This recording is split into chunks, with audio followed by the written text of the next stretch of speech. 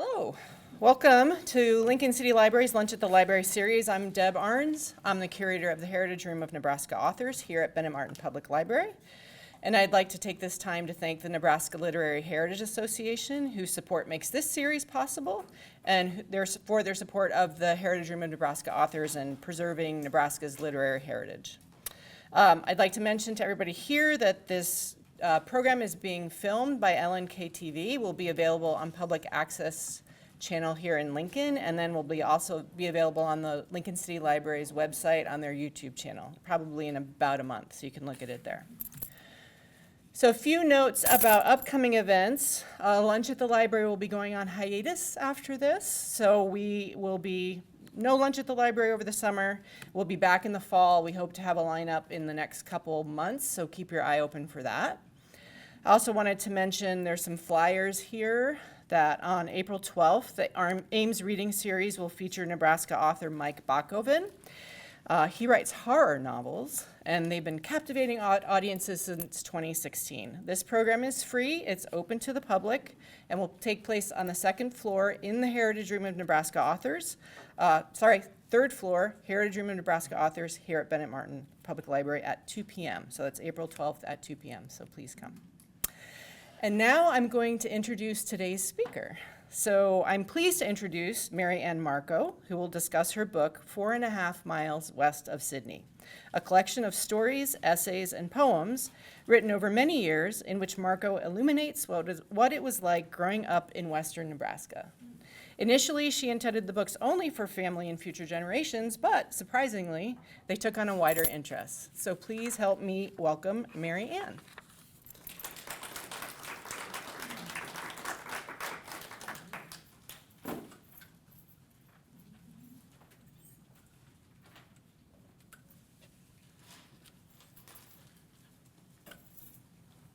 Thank you, Deb, and thank you all for choosing to spend your afternoon with me. I'm honored to be asked to come, and I just took a tour of the Heritage Room, and what an honor to know my book will be among those of Willa Cather, Mari Sandoz, Morris Wright, John Nehart. Wow. I didn't ever expect to be here. This little book I put together collecting things I had written through many, many years, basically for my family and friends, but it took on a little wider interest, which was interesting to me. I guess I'll start out by just reading a few of the entrances to the book. As you see the picture, this was taken by a friend of my brother, who was a Maryknoll seminarian, who come out to visit the farm. And he took a whole series of pictures, and I thought this was very emblematic of what our farm looked like, especially in the later years. It's sort of after the farm life. All right. I'll start out with how it all began. I don't know if any of you saw the movie No Man Land. It's a desert movie. A company had moved out, and all that was left this woman in her memories, and she wouldn't leave because her husband had been there. And she said, "What is remembered lives." And that's, I guess, what I really tried to accomplish in this book. At the time I started it, I was taking a class at OLLI, the Continuous Learning Center, and we were doing a series on memoirs, and we had notebooks and guidelines on how to do them, and I started that, but I wasn't getting very far. I couldn't bring the people to life the way I wanted them to be remembered. I had the facts, but not the life among them. Then I thought, well, through the years, I've written stuff that tells more about the life. If I could just put that all together, I'd have a sort of a memoir. So my baby sister, who had published some memoirs for other people, came and stayed with me and helped me go through the piles and organize and get it together, and this is how it turned out. I'll start out at the beginning. My parents, Everett and Ruth, were married in 1939, June 1, and this is how it all started. Spice cake. "It's awfully good," he said, holding up his plate for another piece. From then on, she made it whenever he came. When telling the story to us kids, she called it her courting cake. I like thinking of that young teacher, my mom, falling for that handsome farmer, my dad, and sealing the deal with spice cake. And this is a little background on what our farm was like. We lived on probably one of the last of the old McDonald farms, where there were animals and all kinds of life, not just fields. We lived on a real farm, not just some country house skirted with fields. We milked cows, weaned calves, cleaned barns and chicken houses. We gathered eggs, slopped pigs, rode horses, and chased geese. We separated milk, churned butter, and on Sundays cranked ice cream. We weeded huge gardens and ate like kings. In the winter, we chopped holes in the ice-sealed water tanks so the cattle could drink. We tossed hay bales, rode combines, butchered chickens, and canned peaches. We rode on gravel roads to town, where at the Zwickels grocery store, we traded cream and eggs for flour and sugar. We prayed for rain and watched with dread when the hail clouds rolled in. Choring before dawn, we went to bed early. We knew what tired was. Lucky us, we lived on a real farm.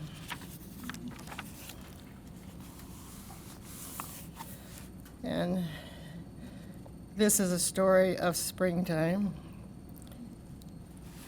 When Dad went to town, he liked to take the slant road, edging the small triangular field of our neighbor Henry, in hope of seeing him out disking.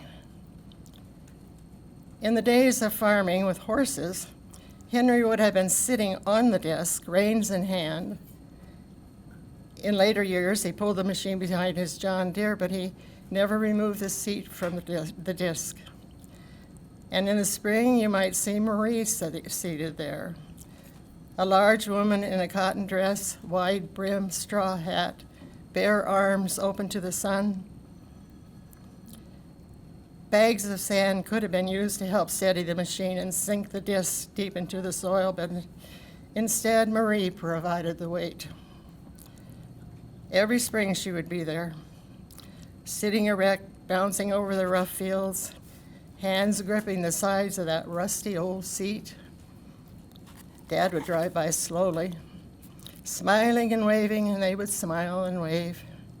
Then Dad would shake his head back and forth, and say the same thing he said every spring. "I never did know a man get so much use out of his wife."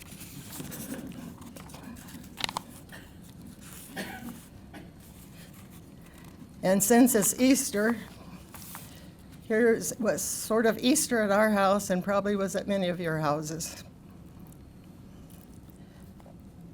Finding those pasted woven baskets with a green straw, the only other green being the winter wheat poking through the snow, filled with real dyed eggs, gumdrops, and jelly beans, unquestionably delivered by bunnies, and tasting so good having given up those treats for Lent. The Easter parade, with little girls in pastel coats, white gloves, patent shoes, and matching purses. Ham dinner with mashed potatoes, ambrosia salad, home canned green beans, bread and butter pickles, homemade dinner rolls. And later, cars rolling into the yard, spilling out aunts and uncles, cousins, and grandparents. Dad carrying up from the basement the homemade ice cream, while Mom cuts the cake.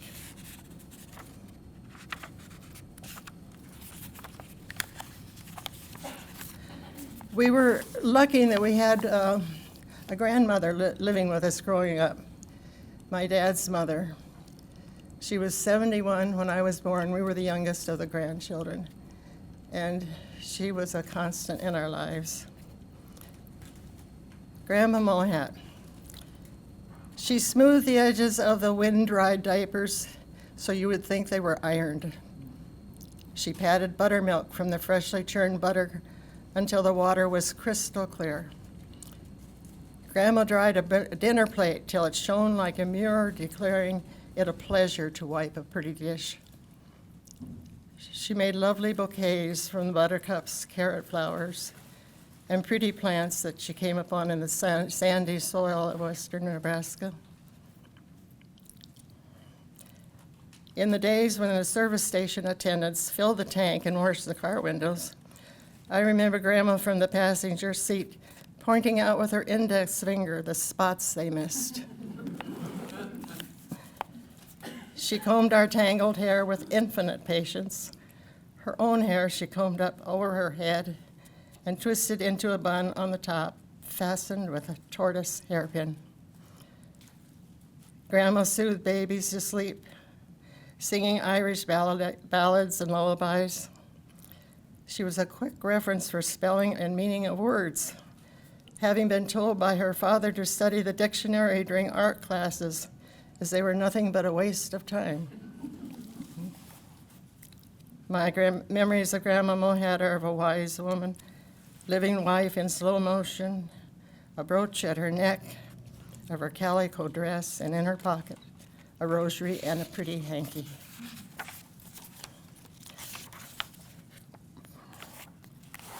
And a little bit about my mom. What Mom liked.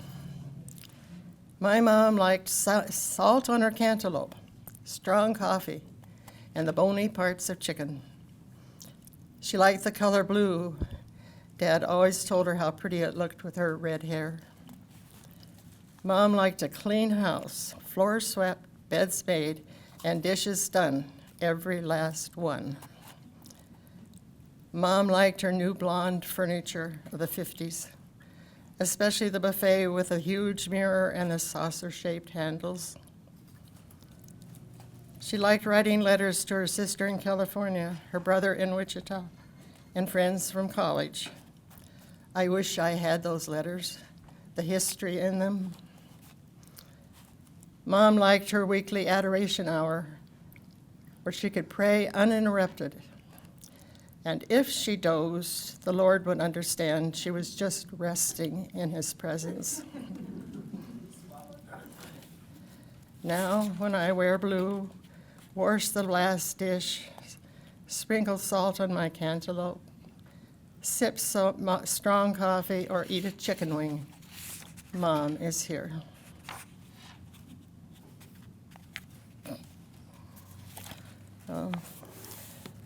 This one's about the beginning of this book.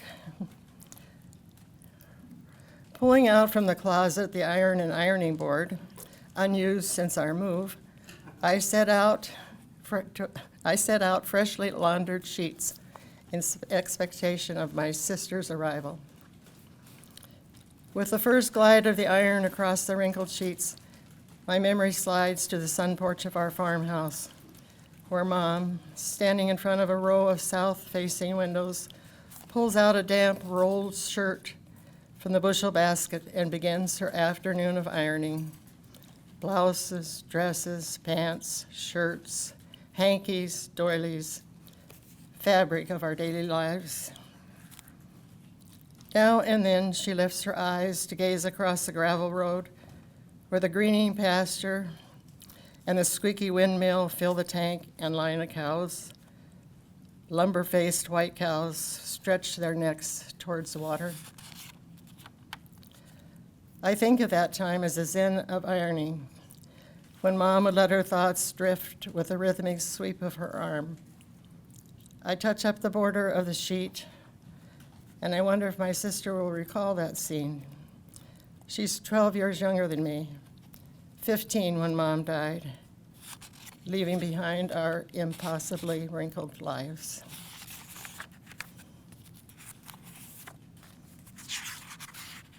How about lipstick? Lipstick was the only makeup my mother ever wore. And if she put it on, she was going to town.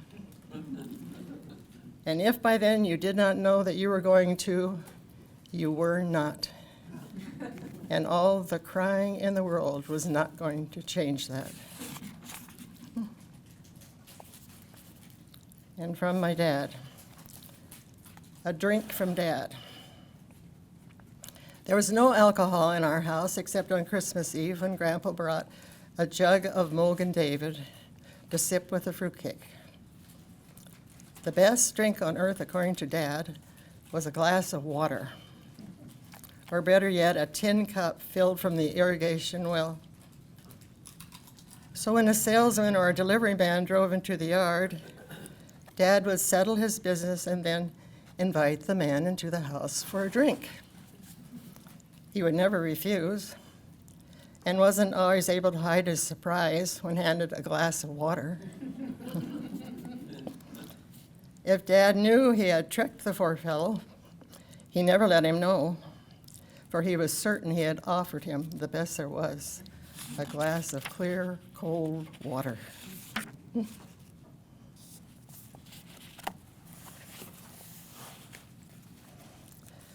And then orange pop. It was a rare summer treat when Dad pulled into the gas station and offered to buy us kids a bottle of pop to drink, while the attendant washed the windshield, checked the oil, and filled the tank. I can still hear the clink of the nickel dropping down the slot of the open-top dispenser filled with ice water to release a bottle of Coke, root beer, orange, or grape pop. I always chose orange.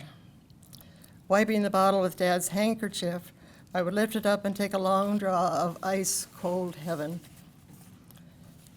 For years, I have searched for that bottle of pop, but have yet to find the one that tastes of the blue of that summer day, the white clouds floating by, the sound of tools clanking against metal, the voices of men talking about rain, of women talking about us kids. There were 10 of us children on the farm, so you know there was a lot of commotion and quite a bit of mischief. Here's one of the mischief poems. Burned. Trampling down weeds, we circle the rusty burn barrel. My mother, my sister, and I, dressed in everyday clothes, giant curlers in my hair, plucking chickens on that hot July day, unaware of younger brothers doing a secret photo op with my new Brownie camera. Not until I opened the much-awaited Kodak envelope do I discover the expensive color snapshots are mostly of things like molting chickens, rimming the slop bucket, bare butts aired, pecking at morsels inside, mangy cats, weed patches, and us plucking chickens. Crying, chasing, and flinging dirt clods produce not a word of apology. The brothers laugh and laugh.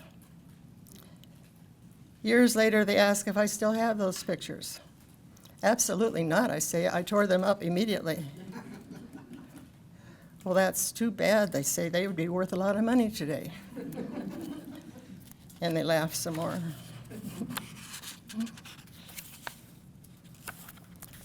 We had cousins galore. Both of my parents came from big families, and I think altogether I counted once 60-some first cousins. Most of them lived in the area. And this is about one that lived just about maybe a mile from us. His name was Jimmy. This is Cousin Jimmy. Cousin Jimmy. He preferred to be called James when he became a music professor with a PhD. But when in high school helping my dad do the field work, we called him Jimmy. He was very bright. We used to say you needed a dictionary to talk to him. His dad, having learned mechanics in the Army, fixed Jimmy's bike with a motor to make it easier to pedal on the gravel roads connecting our farms. When I would hear him coming, I'd run outside. I must have been 6 or so, a red-haired imp of a child. He called me a pest. While Jimmy was turning the flywheel of the John Deere or greasing machinery, I'd come up behind and tickle him, or ask a riddle that I knew he didn't know the answer. Sometimes I had to kick him in the leg to get his attention. One day he'd had enough of my bothering. Incorrigible, he muttered. To get me off his back or leg, he called me close and told me a secret. All around on the gravelly ground were growing flat green weeds, now in bloom with tiny yellow flowers. What Jimmy told me was that in the center of those flowers, if you looked long and hard, you would see a naked man taking a bath. I told him he was fibbing, but like I said, he was smart. I must have squinted into at least a dozen yellow flowers.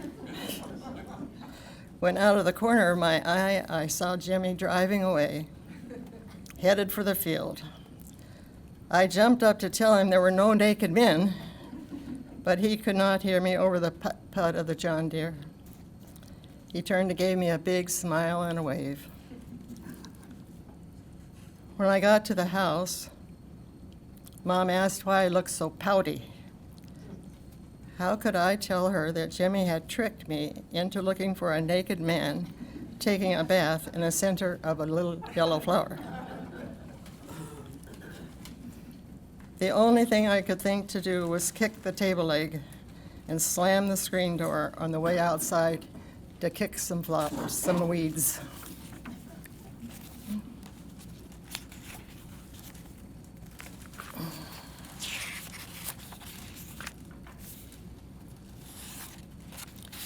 About Mom's turn to honk the horn. Mom was not one to complain about the never-ending work of the farmhouse, of a farm wife raising a large brood of children. As they say, she walked the sunny side, dealing with life as it came. In those days, at least in our rural area, there was a sharp division of duties between men and women. Work in the house was women's work, and work outside was man's.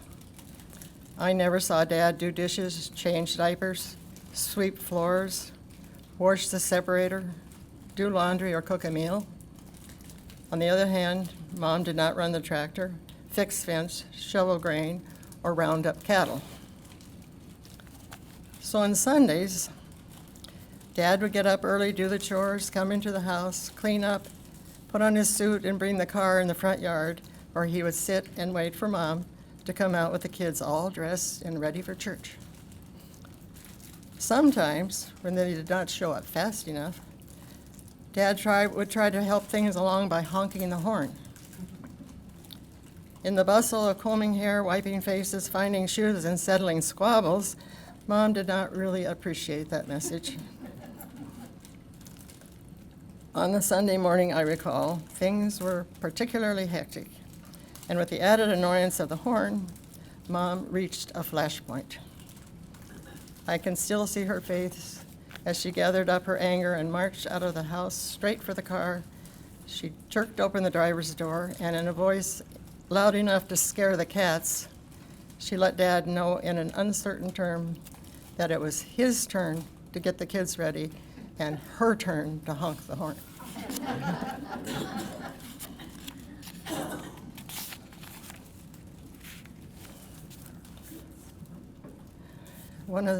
Some of the things I had to deal with, Mom and Dad. When too rambunctious, when the household could no longer contain our energy, my mom would shout above the noise, "You're acting like wild Indians from Borneo," and herd us out of the house. Go climb the hills or play in the barn, and don't come back till the chores are done. I wonder what Mom did after evicting the unruly mob.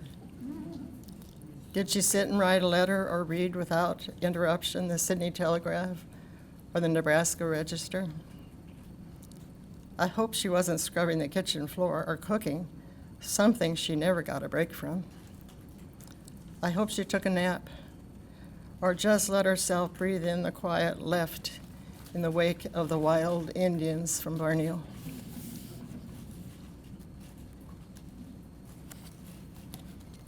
Let's see a couple more.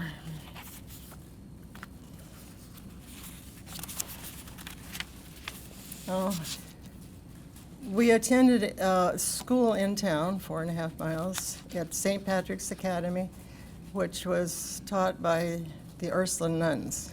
They were pretty strict, but very good. But this is one about a math class, I remember. Sister Patrick pounds the blackboard with the side of her fist, demanding, "Why can't you get this through your head?" She scribbles more numbers, letters, and symbols across the board, chalk dust flying in their wake, edging white the billowy sleeves of her black habit.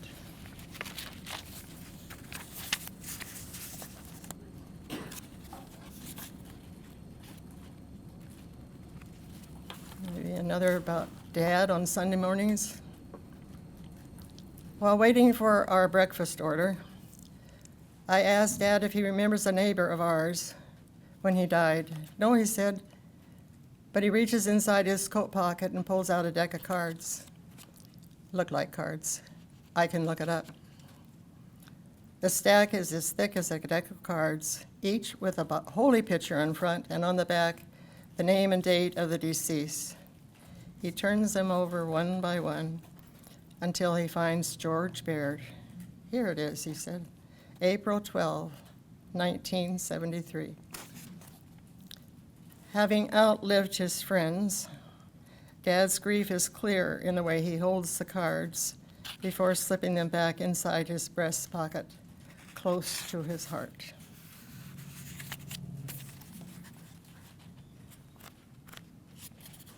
I won't read the sad ones.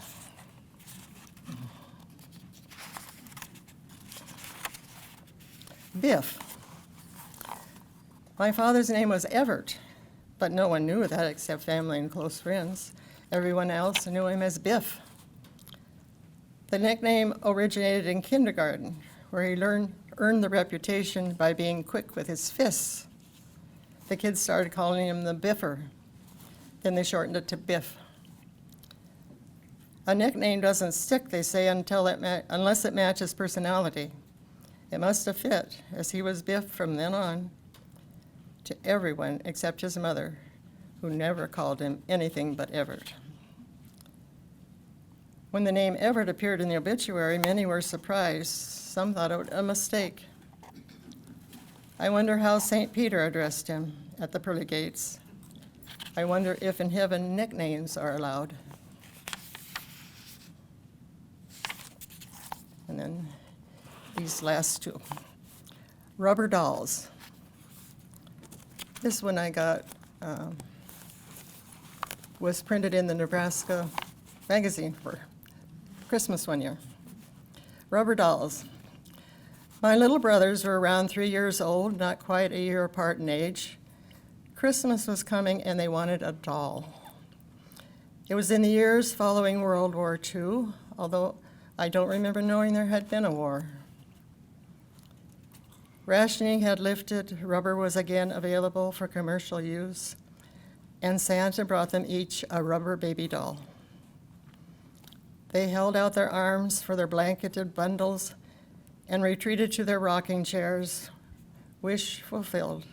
They were uninterested in any other package.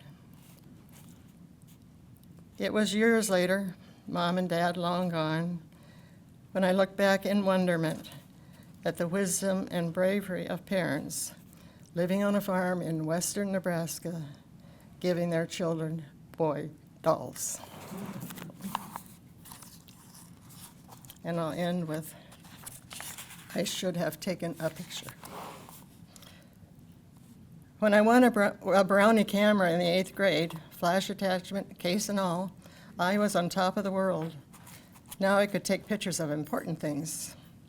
And so I went around snapping and missing all of the important things. What I should have taken pictures of were the shoes, 8 to 10 pairs of them lined up on newspaper on the kitchen table every Saturday night, waiting to be polished for church on Sunday. White baby shoes, and boys' brown high tops, rendered nearly toeless from breaking tricycles on the gravelly dirt that was our yard. There were the girly shoes of the 7 sisters and Mom and Dad's dress shoes. If I had taken that picture, I would have it enlarged and hang it on a prominent place in our family history in footwear. I should have taken a picture of the 4 long clotheslines hung solid with diapers, white flags waving in the wind. I should have taken a picture of Grandma Mohat hanging those diapers. And why did I not go into the dim cellar, light it up with one of those blue flash bulbs, and capture the rows of canned peaches, dill pickles, red beets, and then to the other wall, lined with veterinary supplies, huge syringes, bottles of antibiotics, mysterious instruments for whose purposes I was not to know. I should have taken a picture of the wild roses that bloomed in the crevices of the hills of our pasture. I should have taken a picture of wheat pouring from the auger at harvest time, of the old tea kettle used to boil water for scalding the chickens. I should have taken a picture of Dad cranking ice cream on Sundays. Why did I not take those pictures? I had my Brownie camera. There were opportunities every day. I can only think it was because I was a child. And like a child, I thought those ordinary things would last forever. I was wrong. I should have taken a picture. And I'll conclude with that. Thank you. Okay.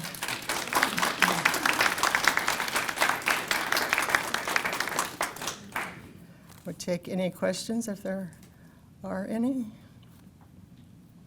Did you get much opportunity to go around the area and look at natural, I don't know, book or stones and things like that, in the community? Or did you, the other part of my question is, what about the people that you have had the opportunity to play with them as you were growing up?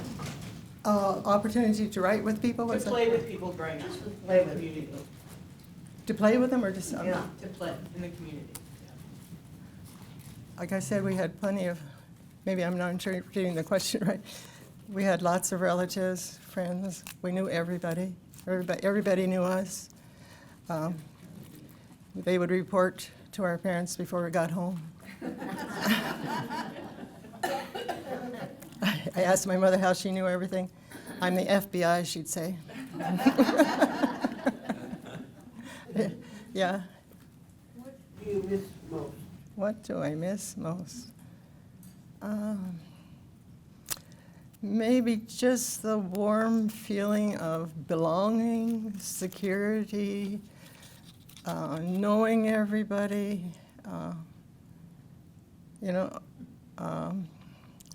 We were the generation when parents didn't hug you and kiss you and tell you how wonderful you are.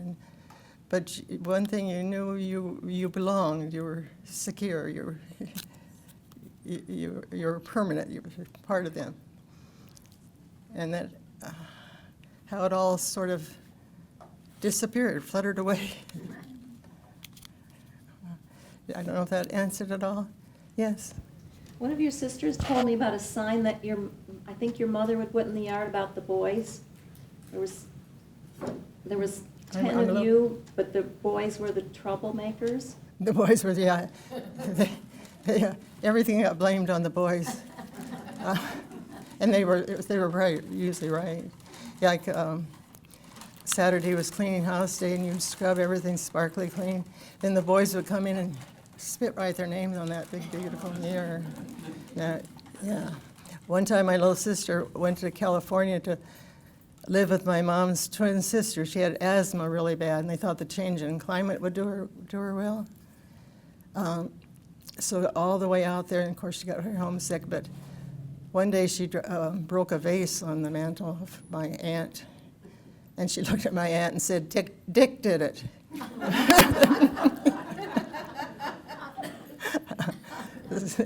So yes, they got their blame. How many of you all were raised on a farm?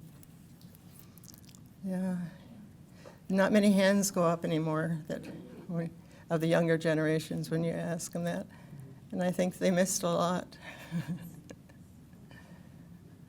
Yes? Maybe on that note, you said your dad never washed the separator? Never what? Did you, Washed a separator. what does that mean? Oh, sure. Yeah. It's a machine. You might have seen some at museums, and it's a processor of taking the cream out of the milk, and it has a big handle and a big barrel that put the milk in, and then filters it goes through, and a set of discs where it filtered the milk. There must have been 100 of them, and if you got one dent in one of those, it didn't work right. So, and they were tedious to wash.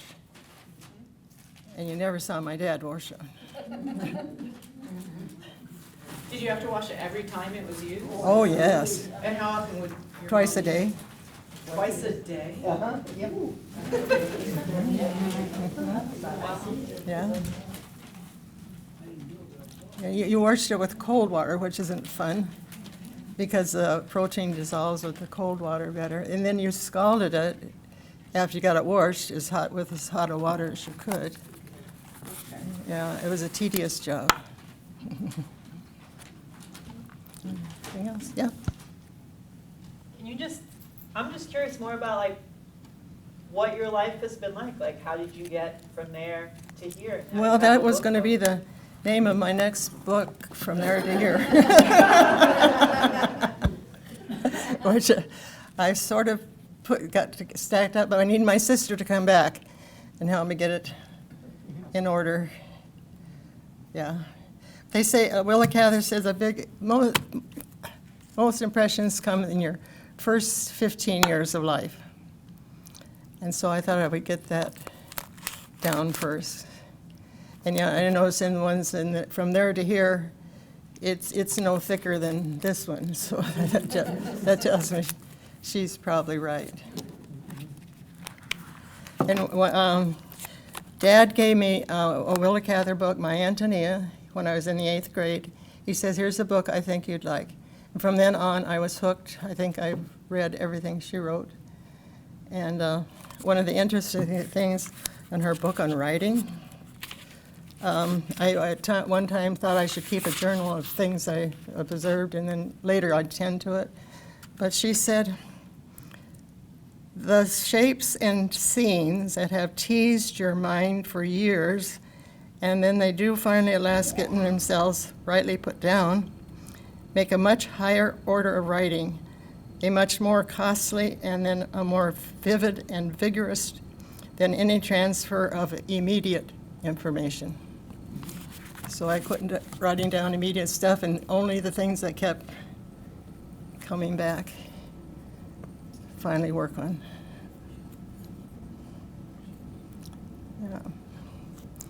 Yeah, I grew up, well, still, Will is probably my quality control person for being an author. When I finish a book, how do they compare to Willa Cather's writing? It's kind of good to have a